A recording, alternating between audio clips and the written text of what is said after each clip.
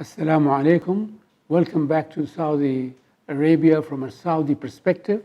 My name is Khaled Almaeena, and today we're going to talk about the Saudi youth and their reaction to the changes and to the dynamic role that is being given to them by the young Saudi Crown Prince Mohammed bin Salman and his vision of 2030 for Saudi Arabia.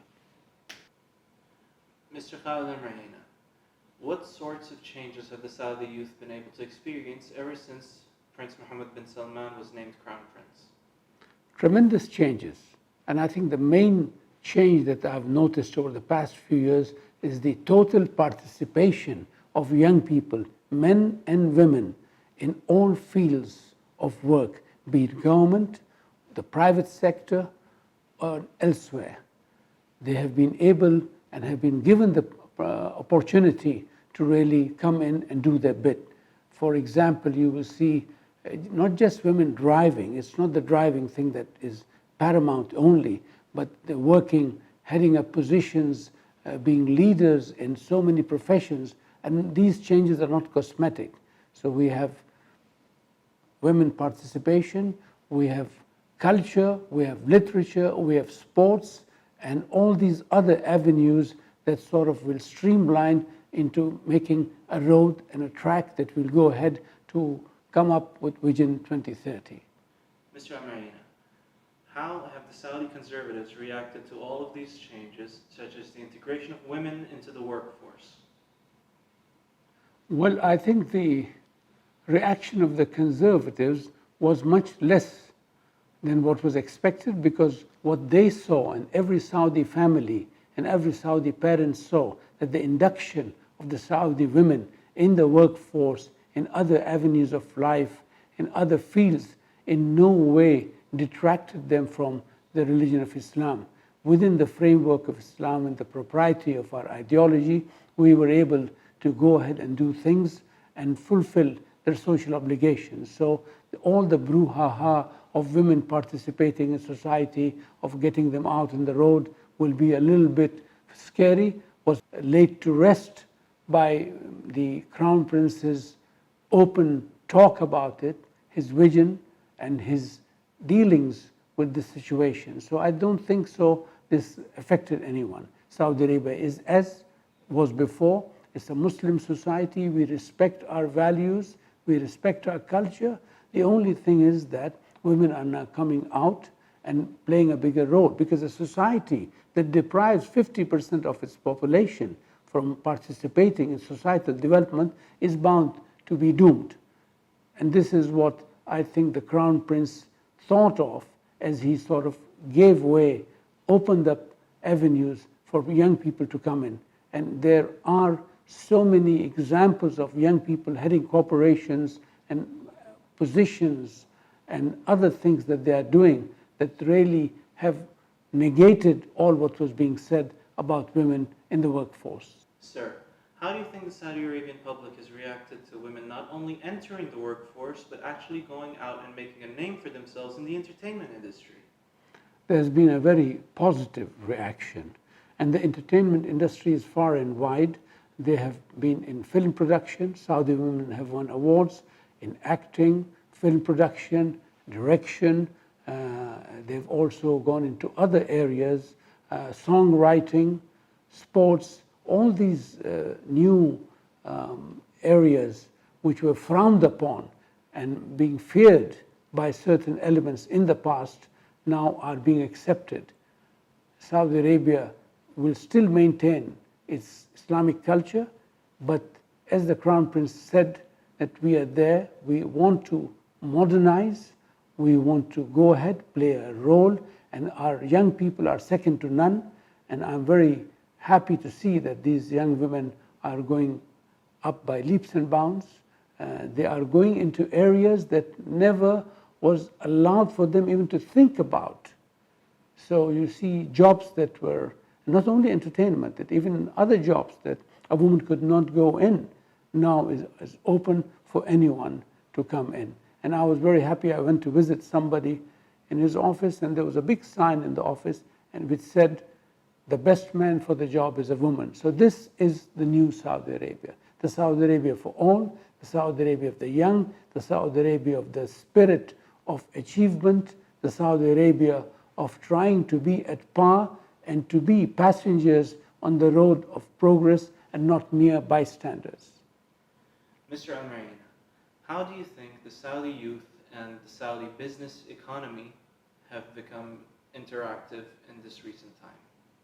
I think business in Saudi Arabia can be divided into two: the main traditional businesses, the family businesses, the industrial units created by the government, Yumbo and Jubail, the oil industry, and also the small and medium enterprises. All these have been now put under an umbrella where the Saudi government has made new rules and regulations. There have been the VAT 15% tax. And remember also that now we have to diversify from an oil-based economy to a non-oil-based economy. And it's not going to be an easy turn. You're a cruise ship and you don't turn 90 degrees, you have to go ahead. So there will be taxes with the VAT, there are other service taxes, but then again, these taxes also help in providing better services to people. For example, previously the same amount of money was spent by major companies on exit and re-entry for staff. Now you have the upshir, where people do pay for services, but they get better, more confident, and more decent services. So I do agree with what is being said sometimes by people, that we have now this tax thing that didn't exist before. But we are coming up in the new age. We're joining the world community where you have to really focus on these certain issues, and tax is one major fiber and a strong fiber of any business activity. So having said that, the Saudi government itself is careful. They do not want to see that any undue pressure is put on the people. They're trying their best. Saudi Arabia has been a welfare state for such a long time, and it will continue to be a welfare state to help and see to the needs of the people. All the kings of Saudi Arabia, and in the last king, Salman himself has said that he will do all for the welfare of the people.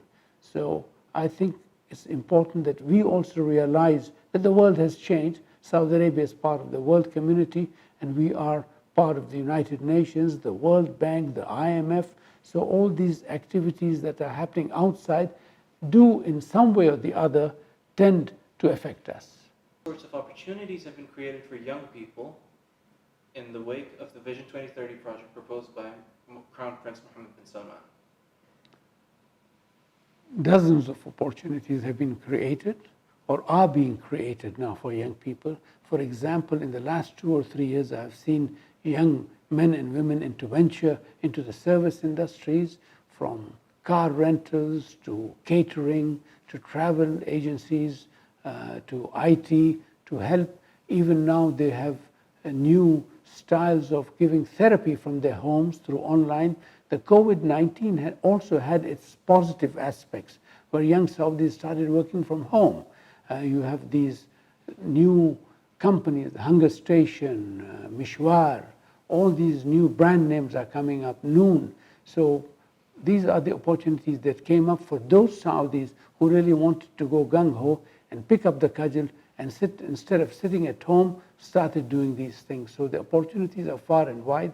Consulting has now become a major profession for many Saudis, counseling, training.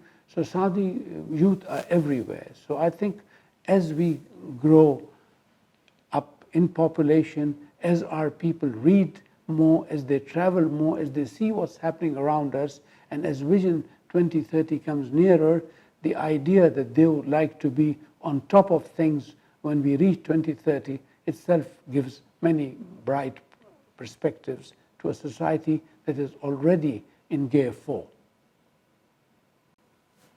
Mr. Khaled Almaeena, with the world changing and Saudi Arabia being an integral part of the world as it stands today, do you think that the Saudi Arabian youth can stack up against the youth of the world who have had these opportunities for far longer than the Saudi Arabian people have had?